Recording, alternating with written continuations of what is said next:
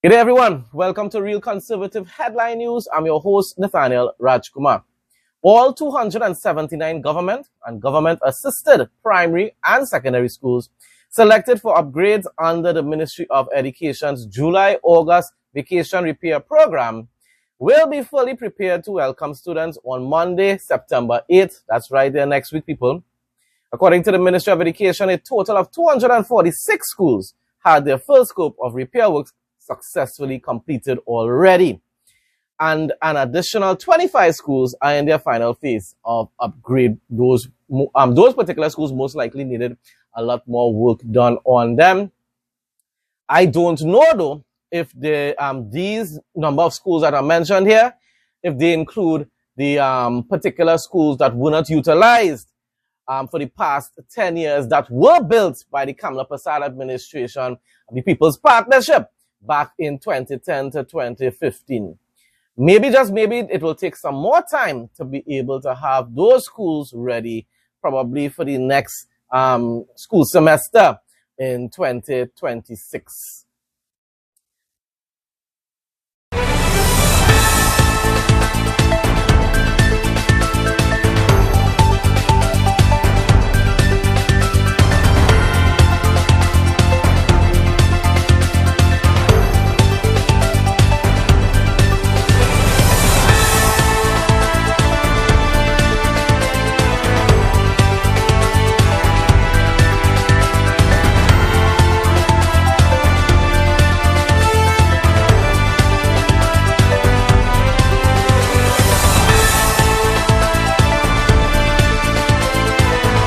No more overheating phones.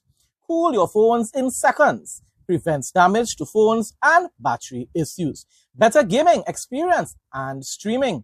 USB powered and fast charging. Lightweight and quiet. Ideal for kids and adults. Works with all smartphones. Makes a great gift. Enjoy free island-wide delivery. Call or WhatsApp 868-762-6589. Noting that education is the only passport out of poverty, Prime Minister Kamala Prasad announced that over 2,000 students across her constituency will benefit from a back-to-school initiative spearheaded by donors and corporate sponsors. This is in addition to the $20 million book grants from the Ministry of Education. And definitely education is the key.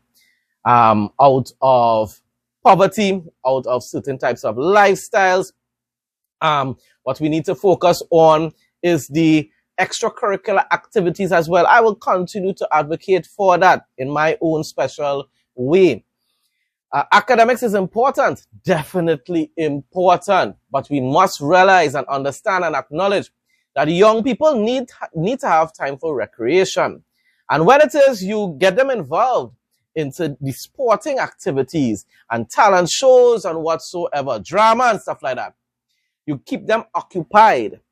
And it also assists them in their academic studies as well, people. As long as you have the parents and the teachers to balance it and make sure that they don't get carried away, it definitely does assist. And this is why I will continue to say, and while I'm very proud of the Kamala Prasad administration for investing into the education of our youths, we need to do, and of course in due time I believe it will be done, we need to invest in the communities themselves, build more community centers, and ensure that all these community centers are, number one, properly guarded, and number two, that there are ongoing events, ongoing programs, on weekends especially, for the youths to get involved in sports, definitely, and other types of extracurricular activity. As I told you, some of these youths might love drama, acting, singing, whatsoever it may be.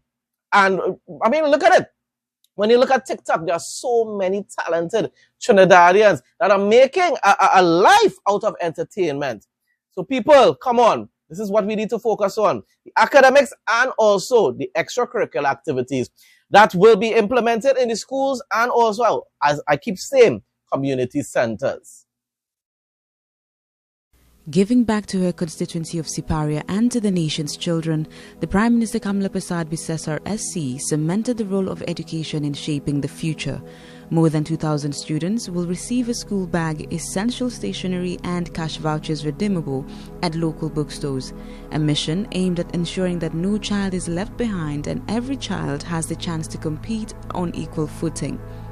Drawing from her own experience as a young girl in Siparia, the Prime Minister stressed the importance of initiatives such as this.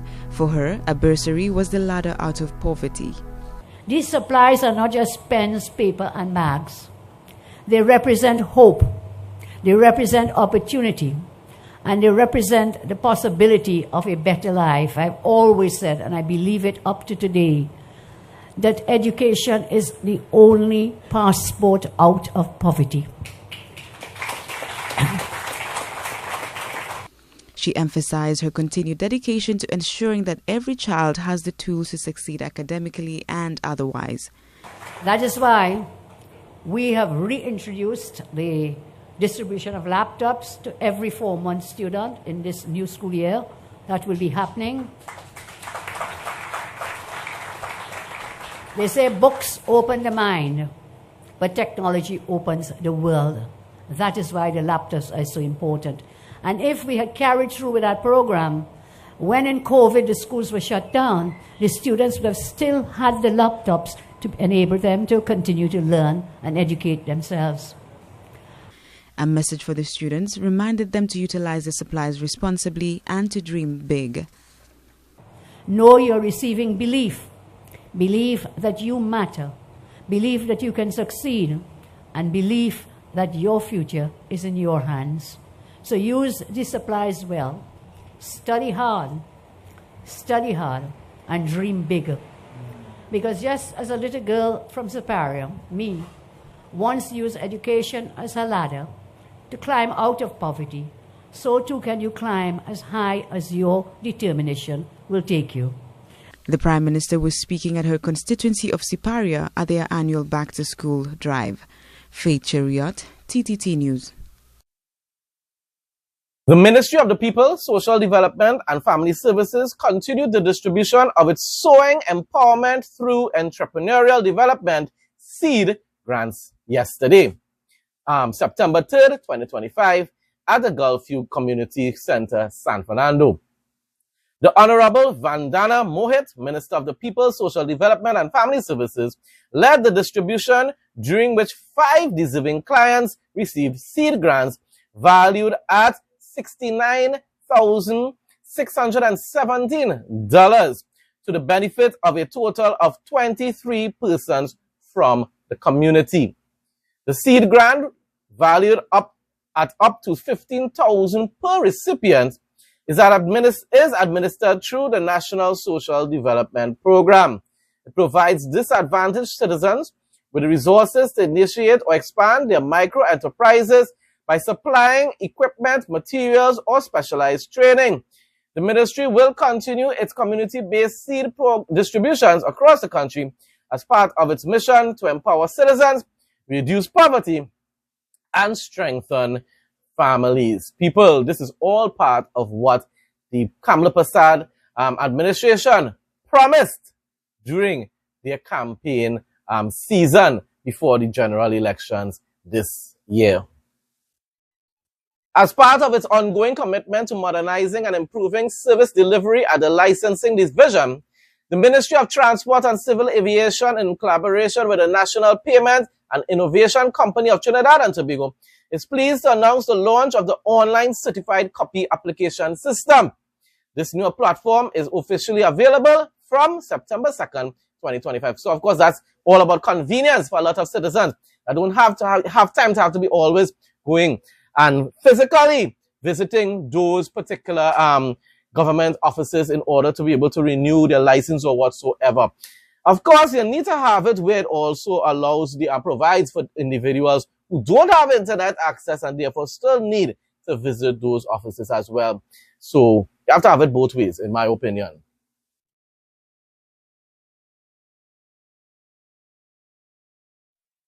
You won't be disappointed with this one.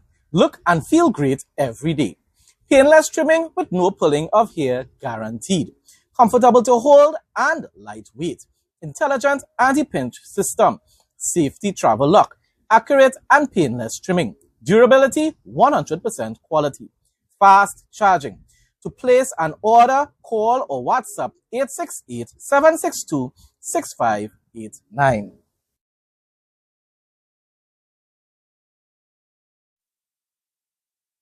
Aimed at advancing social development, youth empowerment, and poverty alleviation within the MOVA community, the newly established More Ventures Foundation is helping to create a positive, long-lasting impact through direct outreach, mentorship, education, and capacity building. Founder of More Ventures Foundation, John Hines, said school supplies for students preparing for the new academic year and food hampers for households in need were distributed. That is really wonderful. The More Ventures Foundation was started with that objective of helping the risk. That's what the founder is saying. Of helping the at-risk and the vulnerable in the community of MOVA and environs. And it's from a dream to a reality. Now, that is wonderful. I wish the individuals involved in that program all the best. And I hope it's implemented throughout the entire country of Trinidad and Tobago. Regional news from Guyana. President Dr. Irfan Ali has secured a landslide victory, winning 8 out of 10 regions in Guyana's general and regional elections. Businessman Azruddin Mohammed captured 1 region, while the final region is still to be officially declared by the Guyana Elections Commission. Congratulations again to the PPP Civic and Irfan Ali. Citizens of Guyana will continue to benefit from extreme and significant development and progress and service for the next 5 years. The Commonwealth Election Observer Mission issued its interim report yesterday, noting that Guyana's general and regional election was a smooth and peaceful one, and that is wonderful. I hope it remains that way. This election cycle, the observer group deployed teams in the 7 electoral districts across the country, those being regions 1, 2, 3, 4, 5, 6, 9, and 10. So once again, people, congratulations to the entire population of Guyana, because as I said before, for the next 5 years, we're going to continue to see a lot of development, a lot of progress, a lot of service to all the peoples of that country. Some news from Jamaica, and yes, yesterday was election day in Jamaica. The Jamaica Labour Party, JLP, has won a 3rd consecutive term under Dr. Andrew Holness in a closely contested general election that saw the resurgent opposition People's National Party, PNP, increase its seat count in the House of Representatives. The JLP now have 34 seats, while the PNP has 29 seats. Congratulations to both, actually. Congratulations to Andrew Holness for being able to accomplish something that many aren't able to do in their lifetime. He has won a 3rd consecutive term in office. And also to Golding, the opposition leader, well, the leader of the opposition party, for regaining a lot of seats during this election period, and therefore it shows a good sign. It shows a good sign of things to come in the future in Jamaica. That's all I will say about it on this particular platform. People's National Party, PNP, President Mark Golding, as I just said, has extended congratulations to Jamaica Labour Party leader Dr. Andrew Holness on his victory in the Wednesday's polls or elections. And once again, congratulations to both Andrew Holness and Mark Golding. Some international news now. Prime Minister Modi of India welcomed the introduction of the new 2-tier GST structure and said that the move would benefit farmers, MSMEs, middle class, women, and youth. When I read about it, it really is definitely a wonderful initiative, a decision made by the government. He said, during my Independence Day speech, I had spoken about our intention to bring the next generation reforms in GST. The union government had prepared a detailed proposal for broad-based GST rate rationalization and process reforms aimed at easing or ease of living for the common man and strengthening the economy, Prime Minister Modi said in a post on X, formerly known as Twitter. Healthcare will also become less expensive. The government has removed GST on 33 life-saving medications, people, that is exceptional news, which earlier attracted 12% tax. Spectacles and goggles used for vision correction will now be taxed at only 5% from 28%. That is significant. That's a 13% reduction, people. The GST overhaul has also made changes for vehicles and housing. Cement, which is a key material for construction, has been brought down to 18% from the earlier 28%. The rates on smaller vehicles have also been cut. Motorcycles below 350cc, three-wheelers and small cars will now attract 18% GST instead of 28%.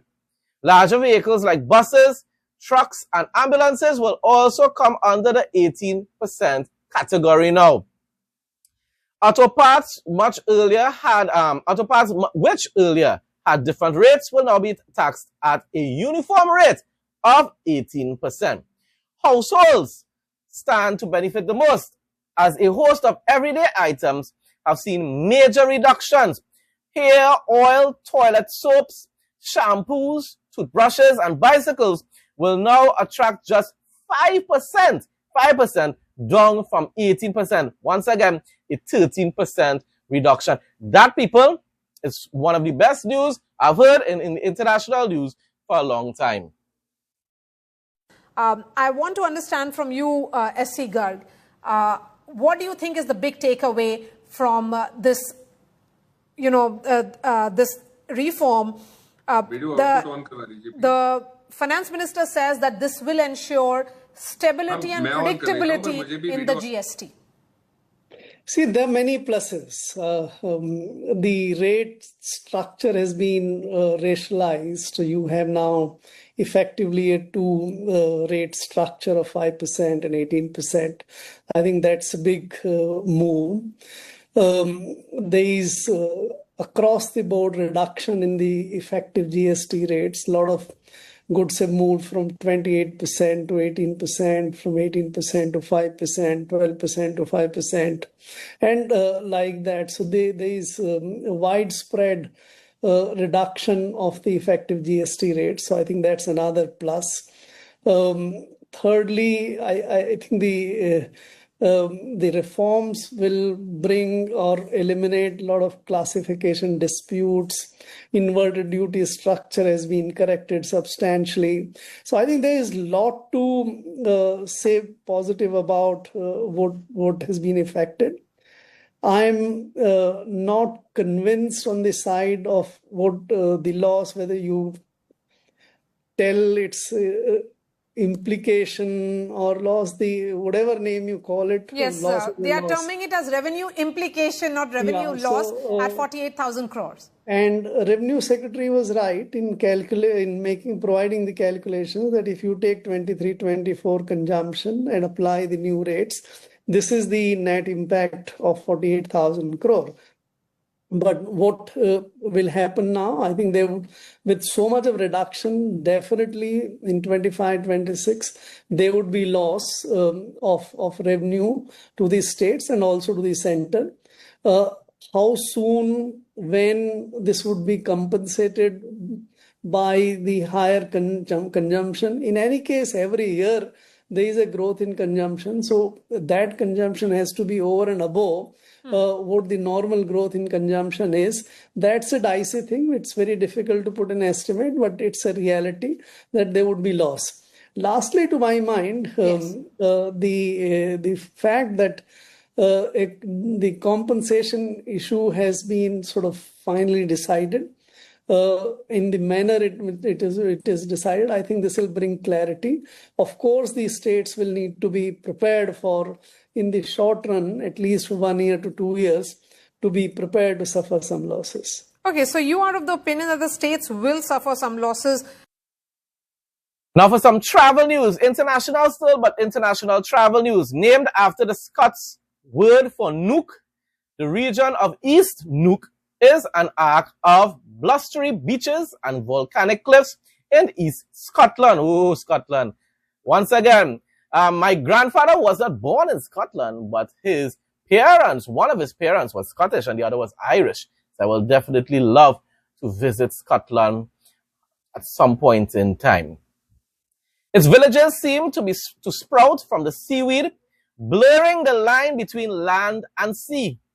It's a place built on fishing, where between the 15th and 20th centuries, ships from mainland Europe swept into harbors to snap up barrels of salted herring. People too flowed along the trade routes, particularly Flemish artisans who added Low Countries flair to the architecture. Today, there are more pleasure boats than fishing boats. I should have it both ways, man. But the East Nook's free-spirited nature finds new expression in art galleries and open-air sculptures. The villages have watercolor box houses. Ooh, sounds cute, nice. While the marriage of fire farming, heritage, and the teeming fort of Fort Estuary makes for unparalleled straight-off-the-boat seafood dining.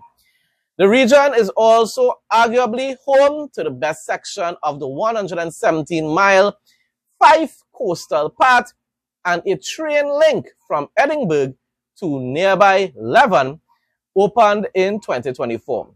Means you can leave the car at home and let your coastal adventure unfold on foot. In this nook, you won't want to cut corners. Wonderful and very interesting. And yet again, who knows, one of these days, God may bless me with the finances to be able to go and travel around the world and definitely visit areas like that. No more overheating phones. Cool your phones in seconds. Prevents damage to phones and battery issues. Better gaming experience and streaming. USB powered and fast charging. Lightweight and quiet. Ideal for kids and adults. Works with all smartphones. Makes a great gift. Enjoy free island-wide delivery. Call or WhatsApp 868-762-6589. Folks, that brings us to the end of today's news headlines. Thanks again to everyone who continues to support my content. Please like, comment, share, subscribe. Stay blessed and stay safe most of all. In Jesus' name.